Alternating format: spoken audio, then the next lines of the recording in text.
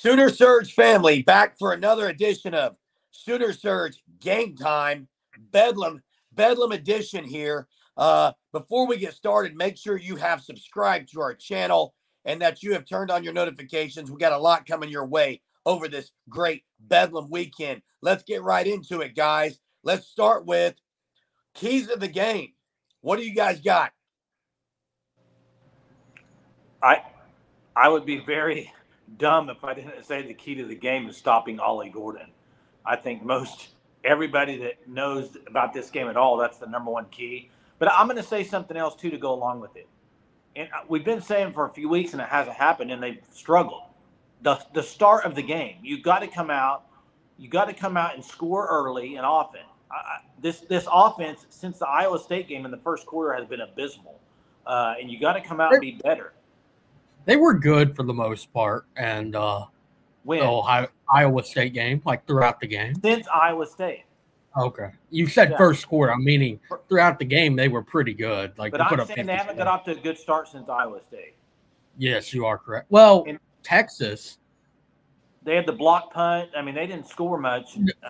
They scored the first time they touched the ball. Okay, but I'm saying I'm saying a typical Levy.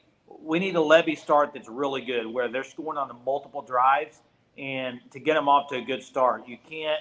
And you got to come out throwing the ball. So, yeah, they did that last year against Oklahoma State. They put up 28 in the first quarter, then did not score the rest of the game. Defense won it for them at the end last year in Norman. And I'm going to say pretty much the same thing Jay did. You have to stop Ollie Gordon, like plain and simple. If you can't stop Ollie Gordon, can't hold him under 150 yards, you will not win this game. Plain and simple. I do not think they can win this game unless they can slow down Ollie Gordon and prevent an 150-yard plus performance. And with that, on the flip side, on the offensive ball, got to find the deep ball. This Oklahoma State secondary is not the best at all. You have not been able to find the deep ball over the past few weeks. You got to figure it out this week against Oklahoma State. Got to be able to throw the ball downfield. Hey, one thing I will say is to what you said about Ollie Gordon is I do think they could win even if Ollie has a big game, but it's all going to hinge on the offense. And I think more importantly, I think this game hinges a lot on OU's offense this week because they got to be better than they've been. Yeah, and I'm going to agree with both you guys, but I think this is a mentality of aggressiveness, over-the-top throws, attacking Ollie Gordon. I think Big Brother needs to come out and big brother mentality and just be the aggressor from the opening kick, okay? And, yes, you can allow some yards. It almost might be the bend, not break defense where OU can hold to field goals and then really kind of put this away because you get a lead on these guys, you're probably winning going away. OU, Big Brother, got to show out, be aggressive from the beginning. What are you guys thinking now? Sooner standout. Let's transition. What player on the offense or the defense, one of each, who's going to be the Sooner standout this week?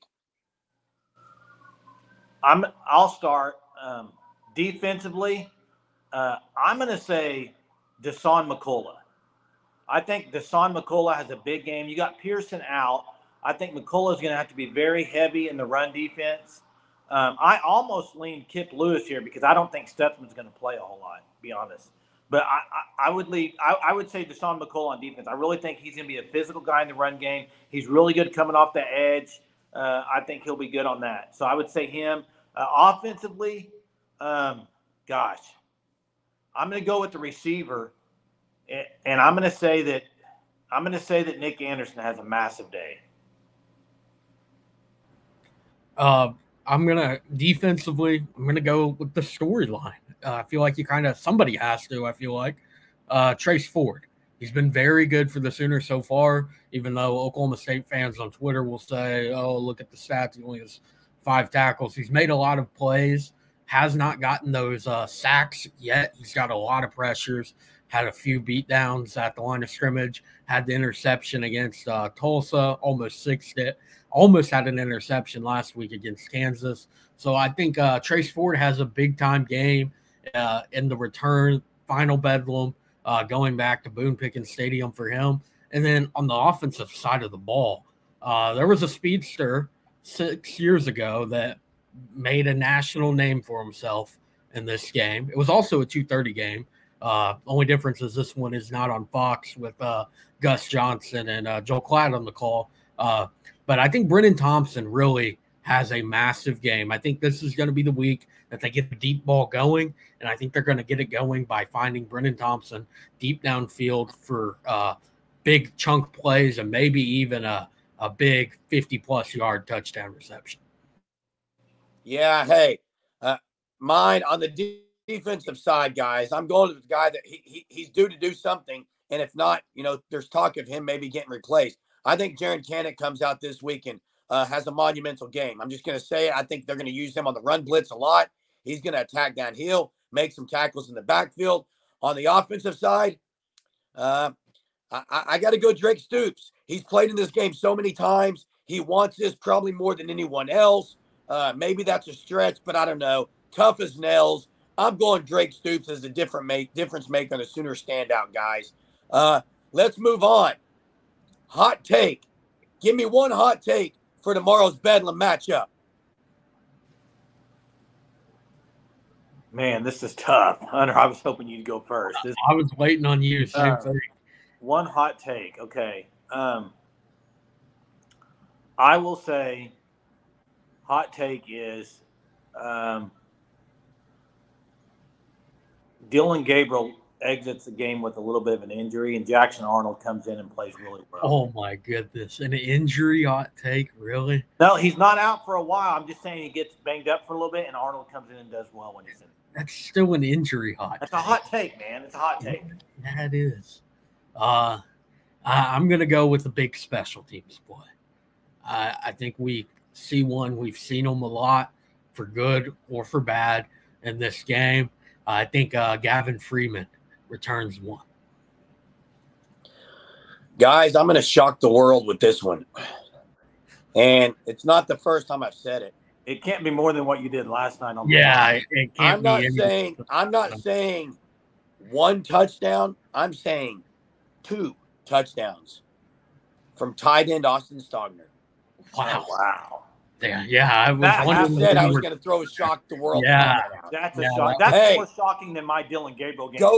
Go back to past Bedlam games. The tight end has been huge. Okay. Yeah.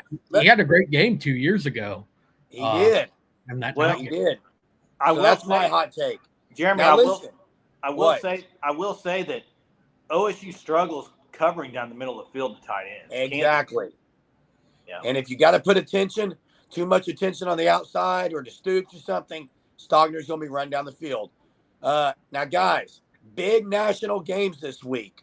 We're going to switch it up a little. We're not going to pick 5 games or 3 games. Before we get to the OSU Bedlam prediction, give me the one team in the top 10 that you're saying upset alert, that you're going to pick to lose.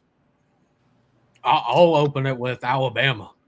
They're playing LSU. Daniels probably going to win the Heisman. I think LSU and Daniels make it 2 years in a row, beating Alabama and taking down the number 8 team in the country. I'm going to go with a big shocker. Okay, this one might top what Jeremy just did on the. So if it happens, you look like a genius, Jay. Listen. This team came out number 1 in the CFP. Okay, you got all this stuff going on with Michigan and Ohio State. Listen, tomorrow, the Rutgers in Rutgers, boys. In Rutgers, they play tough. Hey, Scarlet look Knight. out tomorrow. Ohio State. Bye-bye. Number 1 team. I'm going to go with one that's not as shocking, but listen, we've heard it, guys. We've heard it this week. They're close. There's 5 or 6 plays that Coach Riley thinks that they can get better on and improve on to be the winners. And I do think USC this week in the Coliseum takes it to Washington and will beat Washington, knocking them out of the top 10 and giving OU more of a clearer path to the CFP. Now, guys, the moment we've been waiting for to reveal score predictions for Bedlam. What do you got? I'll go 52-24 Oklahoma. I know. Listen, I'm gonna have people get on here and bash me for picking that, but it's Bedlam week, boys. I'm a Sooner fan. I'm not. Hey, I've every day my score's gotten wider. Started out 27-24.